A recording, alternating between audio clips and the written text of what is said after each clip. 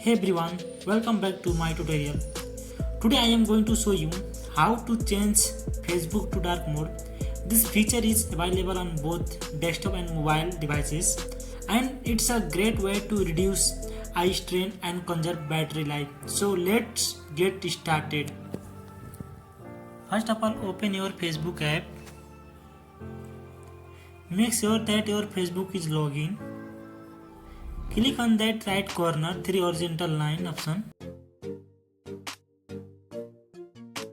Now you can see that setting and privacy option. Click on that. After that, click on dark mode option to change on dark mode. If you want to change on dark mode, click on option. Now you can see that Facebook is changed on dark mode. Thanks for watching everyone. If you have any question or further assistance, please let me know in the comment below. Don't forget to like and subscribe for more tech tips and tutorials.